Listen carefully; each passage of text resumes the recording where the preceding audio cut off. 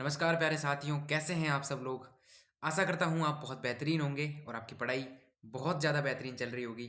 इसी आशा और विश्वास के साथ एक बार फिर से हम आगे बढ़ रहे हैं और जो हम चैप्टर स्टार्ट किए थे, जो हमने स्टार्ट किया था चैप्टर कौन सा बॉडी फ्लूइड एवं सर्कुलेशन। हमने एक चैप्टर स्टार्ट किया था जिसका नाम है body fluid and circulation and circulation. मतलब कि मतलब कि शरीर द्रव्य एवं परिसंचरण।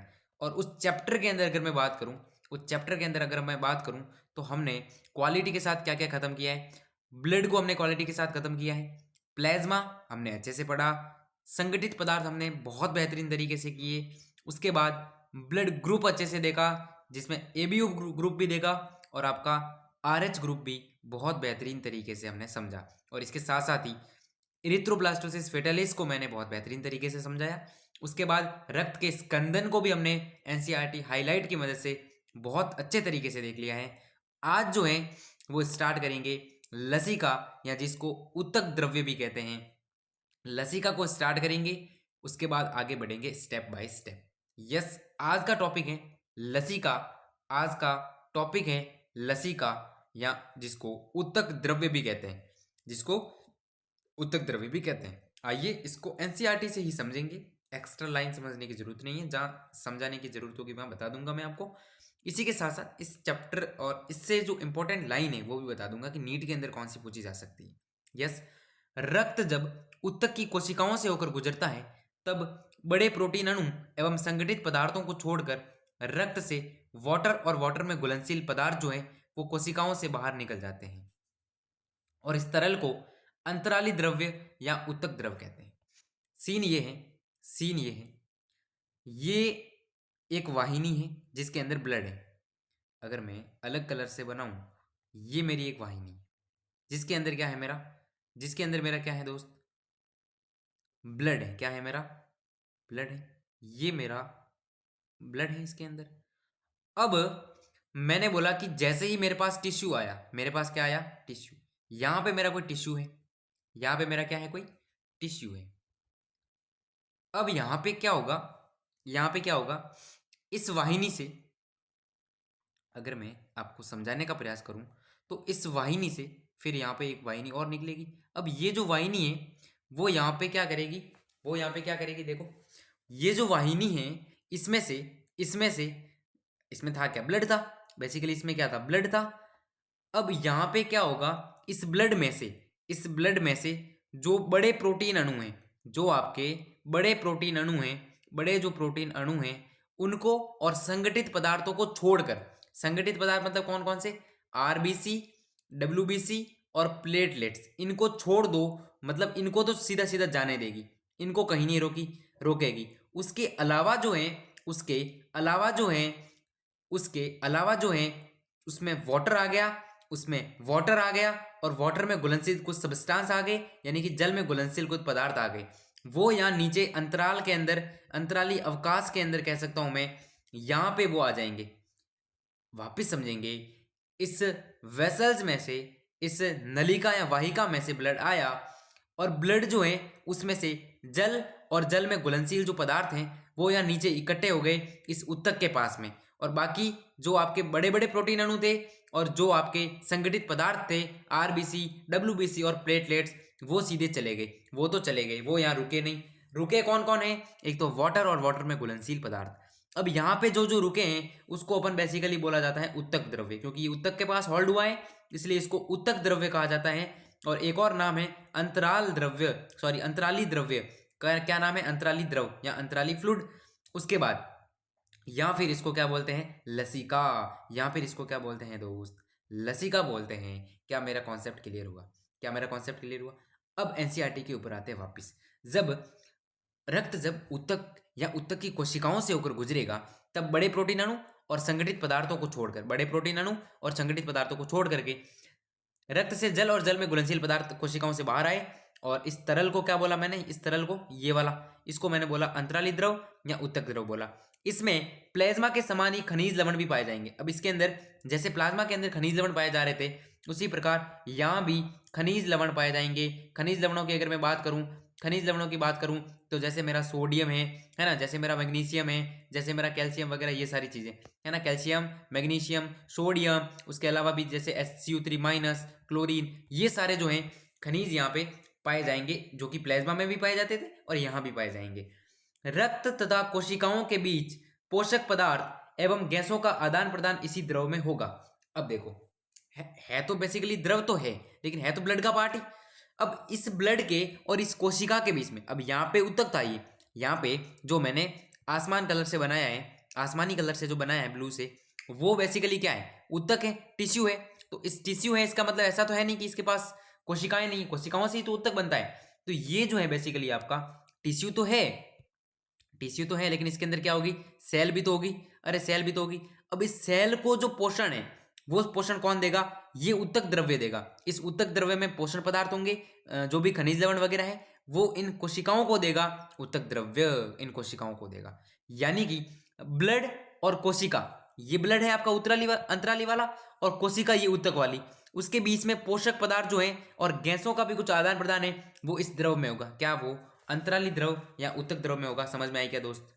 अरे समझ में आया क्या दोस्त? उसके बाद आगे देखेंगे, वाहिकाओं का विस्तृत जाल जो लसिका तंत्र कहलाता है। अब यहाँ पे ऐसा तो नहीं है कि ऐसे सीधी आके ऐसा घेरा बना के चली गई, खूब सारी वाहिनिकाएं, ऐसे खूब सारी वाहिकाओं का एक जाल बन जाता है। बेसिकली उत्तक द्रव्य के अंदर क्या होता है, वाहिनिकाओं का खूब सारा जाल बन जाता है, खूब सारा जाल बन जाता है, और उस जाल को जो है बेसिकली जो लसिका तंत्र कहलाता है, इस द्रव को एकत्र कर एक बड़ी सिराओं में वापस छोड़ता है। अब यहाँ पे देखो एक चीज और समझने की, चलो ब्लड को लेके तो कौन आया, धमनी लेके आई। ब्लड को लेके तो कौन आया, धमनी लेके आई, और वो धमनी यहाँ पे खूब सारी वाहिकाओं में बदल गई, जिसके अंदर आपका उत्तक द्रव्य एकत्रित हो गया था, उत्तक द्रव्य एकत्रित हो गया था, और कैपिलरीज भी बन गई, कैपिलरी भी बन गई। कैपिलरी को हिंदी में बोला जाता है केशिकाएं। क्या बोला जाता है, केशिकाएं बोला जाता है। धमनी, शिरा और केशिकाएं, तीन प्रकार की वेसल्स होती हैं, है ना। तो धमनी से ब्लड आया और यहाँ पे खूब सारी केशिकाएं बन गई, केशिकाएं बन गई, और उनके अंदर उत्तक द्रव्य स्टोर हो गया। उत्तक द्रव्य बेसिकली किसको बोला, वाटर आपका आ गया उसके अंदर, और वाटर में घुलनशील पदार्थ आ गए, खनिज लवण आ गए। क्या क्या नहीं आया, बड़ा प्रोटीन अणु नहीं आया, संगठित पदार्थ जिसके अंदर आरबीसी, डब्ल्यूबीसी और प्लेटलेट्स, ये सारे नहीं आए, ये तो सीधे चले गए। उसके बाद यहाँ पे जो जाल बना था, उन जाल से फिर एक सिरा बनेगी, उन जाल से एक वाहिनी बनेगी, उस पूरे जाल से एक सिंगल वाहिनी बनेगी, जो आपकी क्या होती है, सिरा होती है। क्या होती है, सिरा। अब सिरा क्यों बोला, धमनी क्यों नहीं बोला? सर इसको आपने सिरा क्यों बोला, इसको धमनी भी तो बोल सकते थे। इसको आपने सिरा क्यों बोला, इसको धमनी भी तो बोल सकते थे। सिरा इसलिए बोला क्योंकि ये उत्तक है, ये क्या है, उत्तक है। यहां से धमनी से क्या आता है, हमेशा ऑक्सीजनेटेड ब्लड आता है। धमनी से कौन सा रक्त आता है दोस्त, ऑक्सीजनित रक्त आता है। अब जैसे ही वो ऑक्सीजनित रक्त आया और उस कोशिकाओं को, उत्तक था यहाँ पे, तो उत्तक की कोशिकाओं को क्या दी, ऑक्सीजन दे दी। ऑक्सीजनित रक्त आया है तो उत्तक की कोशिकाओं को ऑक्सीजन दे दी। अब उस उत्तक के पास में जो कार्बन डाइऑक्साइड बनी हुई थी, उस उत्तक के पास जो CO2 बनी हुई थी, वो CO2 उसने वापस यहाँ से भेज दी। अब CO2 की मात्रा ज्यादा हो गई इस ब्लड के अंदर, और O2 की मात्रा कम हो गई, तो CO2 की मात्रा ज्यादा है, मतलब ये वी ऑक्सीजनित रक्त है। कैसा रक्त है ये, वी ऑक्सीजनित या डीऑक्सीजनेटेड ब्लड है, डीऑक्सीजनेटेड ब्लड है। तो हमेशा याद रखना है, डीऑक्सीजनेटेड ब्लड तो आपकी सिरा ही लेके जाएगी, सिरा ही लेके जाएगी। हालांकि इसके भी अपवाद हैं, आगे पढ़ेंगे इसको, लेकिन यहाँ पे बेसिकली आपको अपवाद वाली स्थिति नहीं है, तो याद रखना है सिरा लेके जाएगी। यस, क्या अभी कोई दिक्कत है इसमें? नहीं है। मेरे ख्याल से अंतराली द्रव्य के बारे में काफी तगड़ी जानकारी आपको मिल गई। ठीक है, लिम्फ सिस्टम क्या हो गया, लिम्फेटिक सिस्टम, लसिका तंत्र, बेसिकली वहां पे जो जो वाहिकाएं, खूब सारे एक जाल बन गया वाहिकाओं का, उसको तो लिम्फेटिक सिस्टम बोल देंगे। इस द्रव को एकत्र कर वापिस बड़ी बड़ी शिराओं में भेजा गया। किसमें भेजा गया है, शिराओं में, क्योंकि वो डीऑक्सीजनेटेड ब्लड हो गया। यस, लसिका तंत्र में उपस्थित ये द्रव या तरल को ये अपन क्या कहते हैं, लसिका। जो तरल है इसके अंदर वो लसिका कहलाएगा। बेसिकली लसिका का अगर हम कलर देखें तो वो रंगहीन है। क्यों रंगहीन है, क्यों रंगहीन है दोस्त? क्योंकि जो आपके संगठित पदार्थ थे, जिसमें डब्ल्यूबीसी, आरबीसी और प्लेटलेट्स थे, वो तो आपने इस लसिका के अंदर रखे ही नहीं, वो तो आपने भेज दिए, वो तो निकाले ही नहीं, वो तो सीधे चले गए। अगर वो सीधे चले गए हैं तो आरबीसी जो है वो बेसिकली हीमोग्लोबिन रखती है अपने पास में, और उसके कारण वो लाल रंग की होती है। और ब्लड का रंग कैसा हो जाता है? हीमोग्लोबिन के कारण लाल रंग का होता है। जबकि यहाँ पे लसिका के अंदर ये सारी चीजें अनुपस्थित हैं, चाहे वो WBC हो, चाहे RBC हो, चाहे प्लेटलेट्स हो, ये अनुपस्थित है, तो इसका कोई भी कलर नहीं आएगा। इसलिए इसको हमने बोला बेसिकली क्या है? रंगहीन है। कैसा है? रंगहीन है। जिसमें विशिष्ट लिम्फोसाइट मिलते हैं, ये इंपॉर्टेंट है, ये लाइन इंपॉर्टेंट है, ये वर्ड इंपॉर्टेंट है और ये चीज इंपॉर्टेंट है, नीट के अंदर पूछी जा सकती है। लसिका क्यों इंपॉर्टेंट है? क्यों इसको पढ़ते हैं? इसको पढ़ते हैं प्रतिरक्षा के लिए, क्योंकि इसके अंदर कुछ विशिष्ट लिम्फोसाइट मिलते हैं। इस लसिका के अंदर विशिष्ट लिम्फोसाइट मिलते हैं और लिम्फोसाइट शरीर की प्रतिरक्षा के लिए उत्तरदायी है। शरीर के अंदर प्रतिरक्षा क्षमता बनाते हैं लिम्फोसाइट। यस, तो ये लसिका प्रतिरक्षा के लिए तो बहुत इंपॉर्टेंट है। लसिका पोषक पदार्थ, हार्मोन आदि के संवहन के लिए महत्वपूर्ण होते हैं। यानी कि हार्मोन हो चाहे वो पोषक पदार्थ हो, उनका संवहन मतलब परिवहन कह सकता हूं मैं, परिवहन के लिए भी कहीं कहीं लसिका काम आएगी। अब यहाँ पे सबसे जो इंपॉर्टेंट लाइन है जो मेरे को लगी है कि नीट वाला पूछ सकता है, वो लाइन ये है, आंत्र अंकुर में उपस्थित लैक्टियल वसा को लसिका द्वारा अवशोषित करते हैं। स्टेटमेंट आने की संभावना है, और संभावना इसलिए है क्योंकि बहुत तगड़ा स्टेटमेंट है, बहुत ही तगड़ा स्टेटमेंट है। आंत्र अंकुर जो आपकी इंटेस्टाइन है, जो आपकी आंत्र है, इंटेस्टाइन जो आपकी आंत्र है, उसके अंदर जो लैक्टियल वसा है, एक प्रकार की वसा है, एक प्रकार का फैट है, एक प्रकार का क्या है? फैट है, जिसका नाम दिया गया है लैक्टियल वसा, और उसको लसिका के द्वारा अवशोषित किया जाएगा, लसिका के द्वारा खींचा जाएगा, अवशोषित किया जाएगा, याद रखना है। और ये अगर भूल गए तो दिक्कत हो जाएगी, क्योंकि इसका स्टेटमेंट बन सकता है, क्योंकि इसका स्टेटमेंट बन सकता है। आंत्र अंकुर में उपस्थित लैक्टियल वसा को लसिका द्वारा अवशोषित करते हैं। इंपॉर्टेंट नीट 2025 के लिए आराम से अच्छे से बैठ के सुख शांति के साथ इसको याद कर दीजिएगा, नीट के लिए इंपॉर्टेंट है। वापस से बोलूंगा इस लाइन को, आंत्र अंकुर में उपस्थित लैक्टियल वसा, उसको लसिका के द्वारा अवशोषित किया जाएगा। रट के रख लो, समझ के रख लो, बस याद रख लो। यस, क्लियर है? इसका मतलब लसिका का कॉन्सेप्ट, लसिका का कॉन्सेप्ट क्लियर। क्या है लसिका? प्रोटीन अणु होंगे क्या? नहीं होंगे। संगठित पदार्थ होंगे क्या उसमें? नहीं होंगे। होंगे क्या? जल। और क्या होगा? जल में घुलनशील पदार्थ। और क्या होगा? खनिज लवण। और क्या क्या नाम है इसके? अंतराली द्रव्य और उत्तक द्रव्य। और क्या होगा? ब्लड के अंदर और कोशिका के अंदर जो पोषक पदार्थ हैं और आदान प्रदान गैसों का है वो इसी द्रव के अंदर होगा। ठीक है। और वाहिकाओं का विस्तृत जाल लिम्फेटिक सिस्टम बनाएगा। वापस किस में छोड़ेगा? सिराओं में आएगा। किसमें? धमनी में। बीच में क्या बनेगी? केशिकाएं या कैपिलरीज। क्यों लसिका इंपॉर्टेंट है? क्योंकि इसमें विशिष्ट लिम्फोसाइट मिलते हैं जो प्रतिरक्षा के लिए उत्तरदायी है। ठीक है। लसिका कैसा है? रंगहीन है। आंत्रकोर में उपस्थित लैक्टियल वसा को लसिका द्वारा अवशोषित किया जाता है। बोलो लसिका क्लियर। अगर समझ में आया तो कमेंट में आग लगा दीजिए, समझ में आया तो कमेंट में आग लगा दीजिए। यस, आगे बढ़ेंगे, आगे बढ़ेंगे और आगे एक इंपॉर्टेंट टॉपिक जिसका नाम है परिसंचरण तंत्र, जिसका नाम है परिसंचरण तंत्र। यहां से थोड़ा चैप्टर जो है वो मोड़ लेता है, यहां से चैप्टर जो है वो थोड़ा मोड़ लेता है और परिसंचरण की ओर थोड़ा आगे बढ़ता है और थोड़ा यहां से अलग चीजें आएगी और इंपॉर्टेंट चीजें भी आएगी नीट के पॉइंट ऑफ व्यू से। किसके पॉइंट ऑफ व्यू से? नीट के पॉइंट ऑफ व्यू से थोड़ा सा इंपॉर्टेंस अभी बढ़ रही है इस चैप्टर की। ठीक है, क्योंकि आगे हर्ट्स वगैरह आएंगे, है ना, हृदय, हर्ट जिसको बोलते हो आप, दिल, उसके बारे में जब हम पढ़ेंगे तो वहां पे इंपॉर्टेंस बढ़ जाती है। क्योंकि नीट के प्रीवियस ईयर क्वेश्चनों को देखेंगे तो भरपूर सवाल पूछे गए हैं इस परिसंचरण से। यस, स्टार्ट करेंगे परिसंचरण के पथ को बिना किसी देरी के। पहले परिसंचरण पथ के अंदर अगर हम जानने से पहले ये जान लें कि परिसंचरण तंत्र दो प्रकार का हो सकता है। परिसंचरण तंत्र जो है वो बेसिकली परिसंचरण जो तंत्र है वो आपका दो प्रकार का हो सकता है। एक आपका होता है खुला परिसंचरण तंत्र, खुला या ओपन सर्कुलेटरी सिस्टम, खुला परिसंचरण तंत्र, और एक होता है बंद परिसंचरण तंत्र या close circulatory system. Close circulatory system हमारे अंदर कौन सा है? हमारे अंदर बंद है। हमारे अंदर कौन सा है? हमारे अंदर बंद है। आइए one by one, step by step इनको समझने का प्रयास करेंगे एनसीईआरटी की हाईलाइट की मदद से। बाहर हमको जाना नहीं है एनसीईआरटी से, क्योंकि सवाल आपका इसी किताब में से पूछे जाने वाला है। यस, तैयार हो आप सभी? चलिए चर्चा करते हैं परिसंचरण पथ के बारे में। आइए, परिसंचरण दो प्रकार का होता है, परिसंचरण दो प्रकार का होता है, जो खुला एवं बंद होता है। ये चीज मैंने बताई, खुला परिसंचरण तंत्र और बंद परिसंचरण तंत्र। आइए आगे देखते हैं। खुला परिसंचरण जो तंत्र है वो ऑर्थोपोडा यानी कि संधिपाद और मोलस्का में पाया जाता है, जिसमें हृदय द्वारा रक्त को रक्त वाहिकाओं में पंप किया जाएगा, जो कि रक्त स्थान या कोटरों में खुलेगा। एक कोटर वस्तुतः देह गुहा होगी। अच्छा, ये चीज है। और एनेलिडा और कशेरुकियों के अंदर बंद प्रकार का परिसंचरण तंत्र पाया जाता है, जिसमें हृदय से रक्त का प्रवाह एक दूसरे से जुड़ी रक्त वाहिनियों के जाल में होगा, और इस तरह रक्त का परिसंचरण पथ ज्यादा लाभदायक है बंद प्रकार का, क्योंकि इसमें रक्त प्रवाह आसानी से नियमित किया जाता है। आइए इसको समझने का प्रयास करते हैं। सबसे पहले तो परिसंचरण को मैंने परिसंचरण के जो पथ हैं, या मैंने परिसंचरण को जो है वो दो भागों में बांटा। एक मैंने बोला ओपन सर्कुलेटरी सिस्टम, और एक मैंने बोला क्लोज यानी कि बंद। सबसे पहले तो ओपन किस में मिलेगा? ऑर्थोपोडा और मोलस्का के अंदर।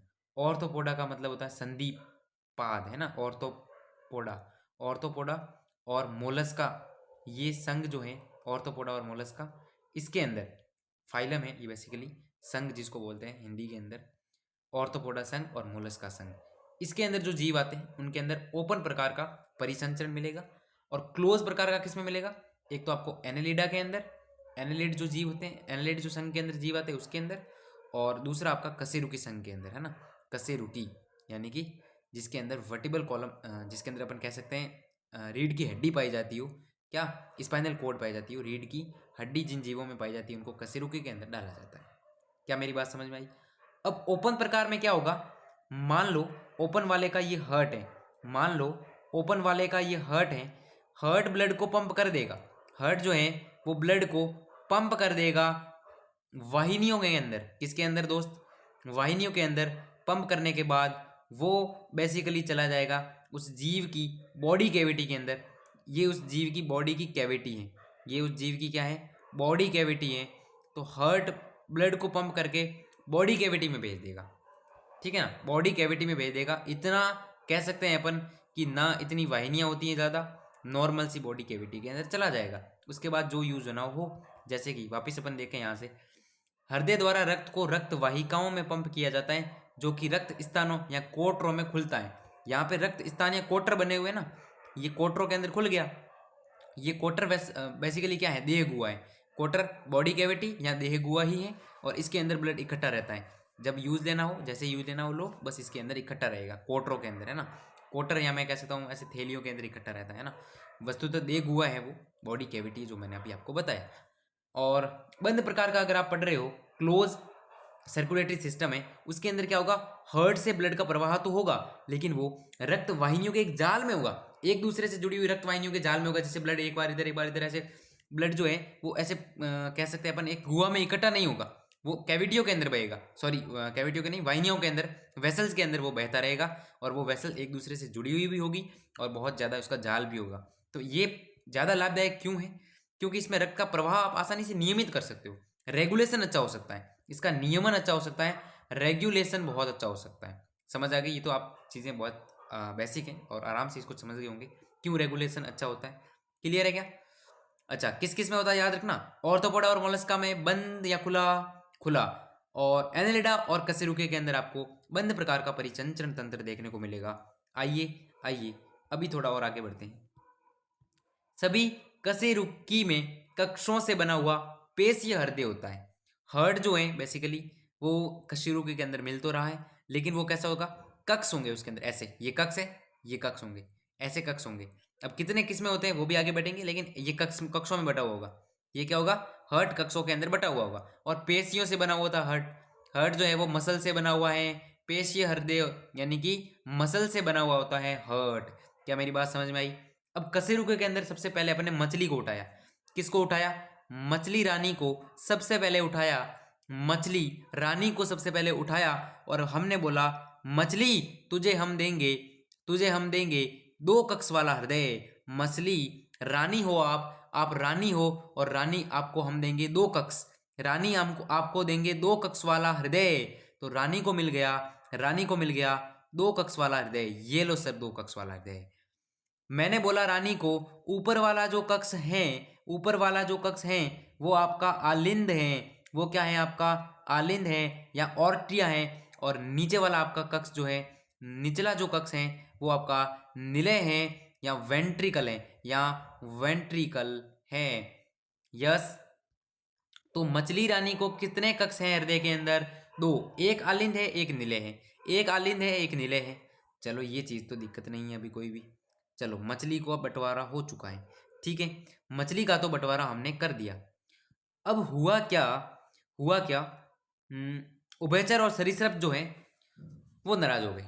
उभयचर जो है, उभयचर भैया और जो सांप भैया हैं सरीसृप भैया, उभयचर का मतलब जो पानी में भी रहते हो जमीन पर भी रहते हो वो उभयचर कहलाते हैं। पानी और जमीन जो दोनों पे रहते हैं ना वो उभयचर कहलाते हैं, ठीक है।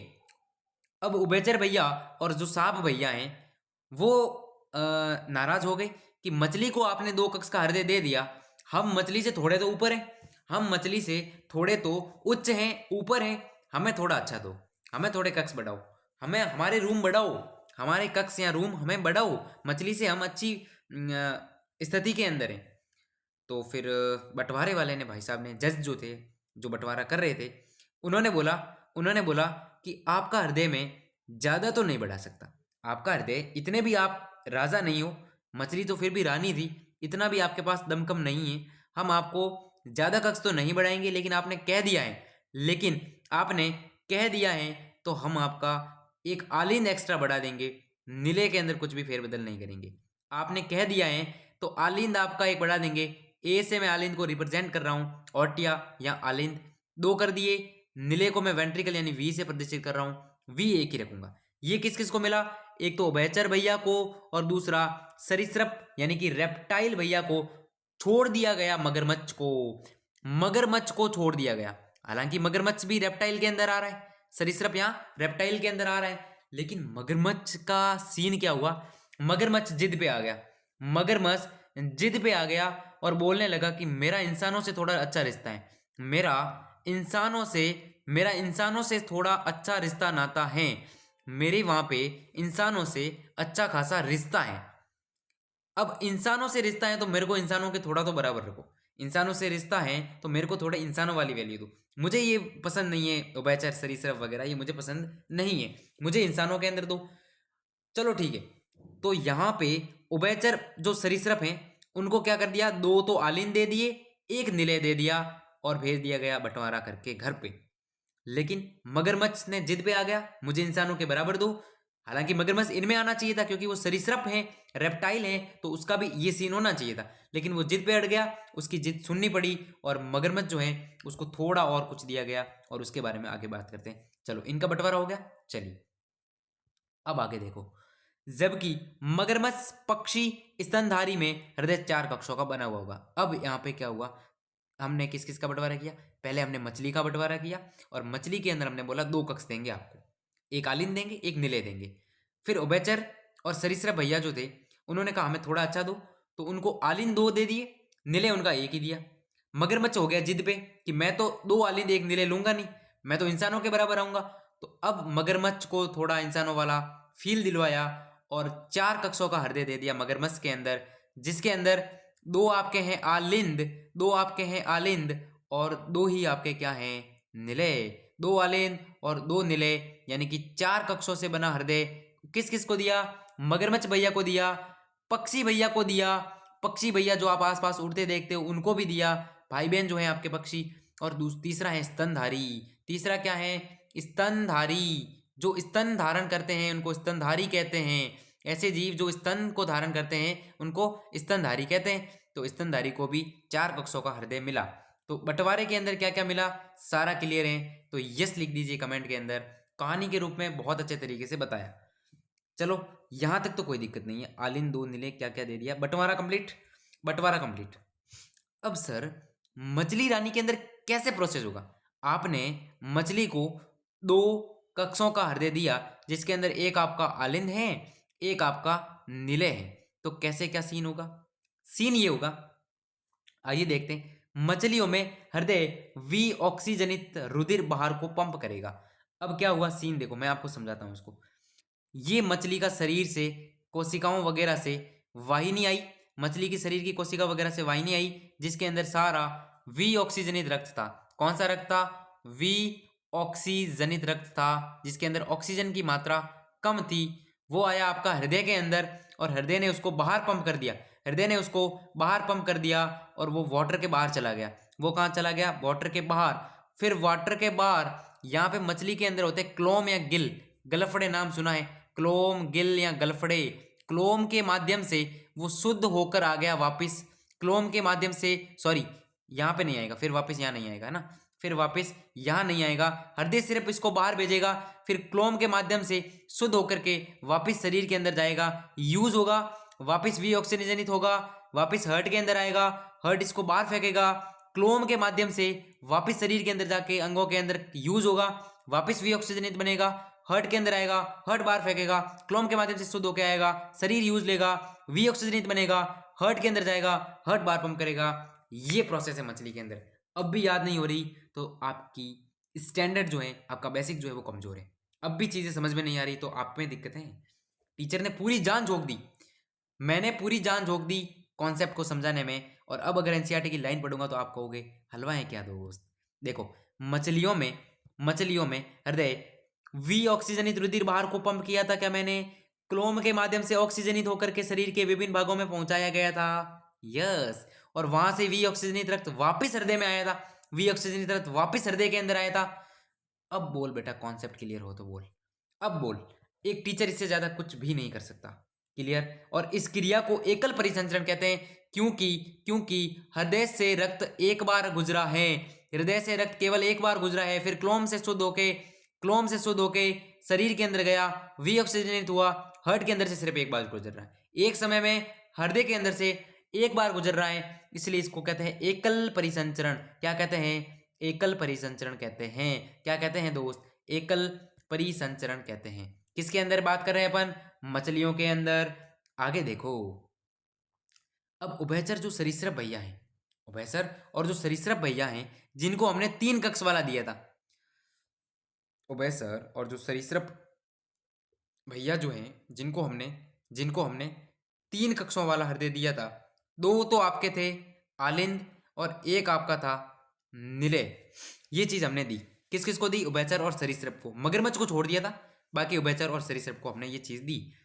अब इसमें क्या होगा, एक चीज और याद रखनी है, दाएं बाएं में थोड़ा कंफ्यूजन रहता है, थोड़ा सा दाएं बाएं के अंदर कंफ्यूजन रहता है। यहां से मैं मेरी स्क्रीन से देख रहा हूं तो मेरे को दायां ये लग रहा है, मैं मेरा दाहिना हाथ ये है और मेरे को लग रहा है ये दायां है, दाहिने हाथ की तरफ मेरे को दाहिने लग रहा है, लेकिन वो कैसा है? वो बायां है, वो बायां है। उल्टा क्यों है? क्योंकि हर्ट जो है, यहां तो अब मैं ऐसा दिखा रहा हूं, लेकिन जैसे ही मैं इसको लगाने जाऊंगा शरीर के अंदर तो उसकी डायरेक्शन ऐसे हो जाएगी, उल्टी हो जाएगी। उसकी डायरेक्शन कैसे हो जाएगी? उल्टी हो जाएगी। तो यहाँ पे जो आपको दायां लग रहा है, हाथ के मदद से, हाथ की डायरेक्शन से जो आपको दायां लग रहा है वो बेसिकली बायां है, और ये वाला दायां है, ये वाला क्या है? दायां है। तो मैं इसको और स्टैंडर्ड के अंदर लिखूं, मैं इसको और स्टैंडर्ड के अंदर लिखूं तो अभी आपको समझ में आएगा। ध्यान से देखिए, ये मैं किसका बना रहा हूं? उभयचर और सरीसृप का।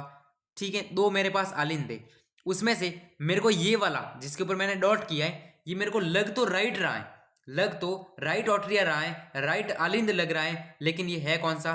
लेफ्ट आलिंद है, यानी कि LA है। ये वाला राइट आलिंद है, यानी कि RA है। और ये वेंट्रिकल एक ही होता है, तो ना लेफ्ट ना राइट। यस, अगर डबल होते तो वही LV इधर आ जाता और LA इधर आ जाता, जो कि आगे आएगा। ठीक है, अब होता क्या है, उभयचर और सरीसृपों में बायां आलिंद, बायां कौन सा जो मैंने डॉट किया अभी, क्लोम या फेफड़ों से या त्वचा से ऑक्सीजन युक्त रक्त प्राप्त करता है। 3 नाम क्यों दिए गए? क्योंकि एक उभयचर है जिसका नाम है मेंढक। क्या नाम है? मेंढक। वो आपका क्लोम से भी शोषण करता है, फेफड़ों से भी शोषण करता है, त्वचा से भी वो शोषण करता है, यानी कि ऑक्सीजन को अंदर लेता है। तो ये उभयचरों की खासियत है, वो 2-3 प्रकार की प्रक्रियाओं के द्वारा शोषण कर सकते हैं। तो होगा क्या, या तो क्लोम से या फिर फेफड़ों से या त्वचा से। मैं भी यहां लिख देता हूं, चाहे वो क्लोम हो, चाहे फेफड़े का मैंने F लिख दिया है, त्वचा का मैंने S लिख दिया, स्किन। अब यहां से ऑक्सीजन युक्त रक्त किसके अंदर आया? लेफ्ट ऑर्टिया, यानी कि बाएं आलिंद के अंदर आया। कौन से आलिंद के अंदर आया? बाएं आलिंद के अंदर आया।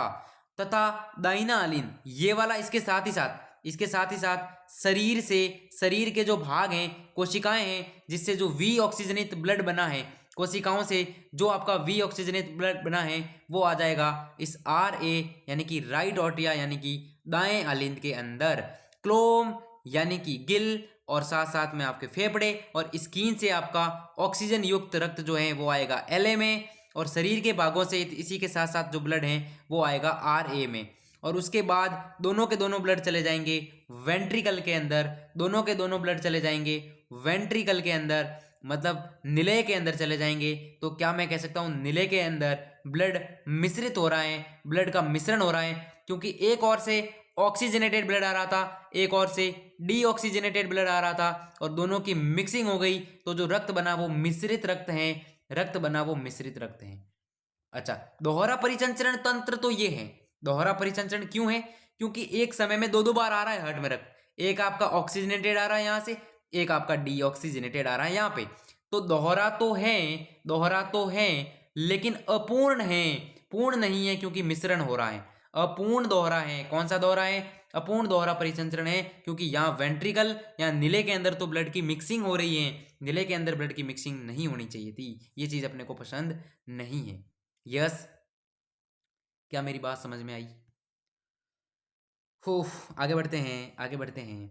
उभयचर और सरीसृप के अंदर बायां आलिंद ऑक्सीजन युक्त रक्त प्राप्त करेगा, दाहिना आलिंद शरीर के भागों से वी ऑक्सीजनित रुधिर प्राप्त करेगा, नीले के अंदर मिश्रित करके बाहर की ओर पंप करेंगे। तो इस क्रिया को बोला मैंने अपूर्ण दोहरा परिसंचरण। दोहरा तो है क्योंकि हार्ट के अंदर रक्त दो बार आ रहा है, लेकिन अपूर्ण दोहरा परिसंचरण है क्योंकि रक्त मिश्रित हो जा रहा है। रक्त क्या हो रहा है? मिश्रित हो रहा है। लेकिन अगर मैं बात करूं पक्षी स्तनधारी उन सब की, तो उनके अंदर क्या प्रोसेस है यहां से समझ लो, फिर एनसीईआरटी पढ़ लेते हैं। यहां मैं लिखूंगा LA, यहाँ मैं लिखूंगा LV, यहाँ मैं लिखूंगा RA, यहाँ मैं लिखूंगा RV। तो देखो होता क्या है, शरीर के भागों से ब्लड आ गया वी ऑक्सीजनेटेड RA के अंदर, और फेफड़ों से जो है वो ऑक्सीजनेटेड ब्लड आ गया LA के अंदर। वो LA से जाएगा LV के अंदर, वो LA से जाएगा LV के अंदर। अब चूंकि ये ऑक्सीजनेटेड है तो ये जाएगा शरीर के भागों के पास, ये जाएगा शरीर के भागों के पास। शरीर का जो भाग है उन्होंने वापस वी ऑक्सीजनेट बना दिया इस ब्लड को, वो गया RA के अंदर, RA से RV के अंदर, और RV से चला गया वो फेफड़ों के अंदर शुद्ध होने के लिए। RV से वो कहाँ चला गया? फेफड़ों के अंदर शुद्ध होने को। प्रोसेस क्या है फिर से समझो। फेफड़ों से ऑक्सीजनित युक्त रक्त आया LA के अंदर, वहां से चला गया LV के अंदर, LV से वो चला गया शुद्ध है, ऑक्सीजन वाला है, तो फेफड़ों के पास गया। उसी समय फेफड़ों के पास था वी ऑक्सीजनित रक्त, फेफड़े नहीं और टिश्यू, फेफड़े नहीं शरीर के अंग, फेफड़े नहीं शरीर के अंग या उत्तक या जो भी मैं चीजें बोलूं, तो टिश्यू के पास गया है। तो क्या टिश्यू के पास वी ऑक्सीजनेटेड ब्लड बनेगा? वो आ जाएगा RA के अंदर, RA से RV के अंदर, और फिर शुद्ध होने के लिए चला जाएगा फेफड़ों के अंदर। ये प्रोसेस चलेगा। अब इसको एनसीईआरटी की लैंग्वेज में समझते हैं कि एनसीईआरटी ने कैसे इसको बोला है। नाम लिख के रख दो LA, LV, RA और RV। अब देखो, पक्षी और स्तनधारी और मगरमच्छ, एक मगरमच्छ भी है इसमें, ठीक है। ऑक्सीजनित और वी ऑक्सीजनित रक्त क्रमशः बाएं और दाएं आलिंदों में आएगा। मैंने बोला पहले नाम क्या लिखा गया है? ऑक्सीजनित, और पहले लिखा गया बायां, मतलब यहां से फेफड़ों से आया ऑक्सीजनेटेड ब्लड बाएं के अंदर। उसी समय शरीर के भागों से दाएं के अंदर आ गया वी ऑक्सीजनित रक्त, शरीर के भागों से दाएं के अंदर आ गया वी ऑक्सीजनित रक्त, ठीक है। और यहां से वो चले गए आगे नीलियों के अंदर, ये इसके अंदर सेपरेट, ये अपना इसके अंदर सेपरेट, ठीक है। नीले के अंदर रक्त में मिल रहा है क्या नीले के अंदर रक्त का मिश्रण हो रहा है? नहीं, तो नीले बिना रक्त को मिलाए इन्हें आगे पंप कर देगा। अर्थात दो तरह के परिसंचरण, एक ये वाला परिसंचरण आया और दूसरा एक ये वाला भी आया। ब्लड हृदय के अंदर दो बार आया एक टाइम के अंदर, तो इसको बोलेंगे दोहरा परिसंचरण तंत्र। कैसा परिसंचरण? दोहरा। और इसको पूर्ण दोहरा परिसंचरण भी कहते हैं, क्योंकि ब्लड की मिक्सिंग नहीं हो रही है, इसलिए ये पूर्ण दोहरा परिसंचरण है। क्या परिसंचरण का पथ और कौन से जीवों में कैसा सिस्टम है, ये समझ में आया तो यस लिख, ये समझ में आया तो यस लिख। अब आज के लिए इतना काफ़ी है। 30 मिनट के अबव क्लास हो चुकी है। नेक्स्ट लेक्चर के अंदर मानव के परिसंचरण को स्टार्ट भी करेंगे और क्वालिटी के साथ खत्म भी करेंगे। बहुत मजा आने वाला है आगे के लेक्चर्स के अंदर। हृदय को जब खोल के देखेंगे, हृदय को जब पढ़ेंगे, बहुत सुपर मजा आने वाला है एनसीईआरटी हाईलाइट के साथ। बने रहिएगा। एक बार फिर से आप सभी को गुड बाय। एंड वीडियो अच्छा लगा हो तो लाइक शेयर सब्सक्राइब जरूर करना, कमेंट्स के अंदर अपना प्यार छोड़ देना, सपोर्ट छोड़ देना, और उसके बाद मिलते हैं नेक्स्ट वीडियो के अंदर, नेक्स्ट क्लास के अंदर। Thank you so much, bye bye, take care, good luck.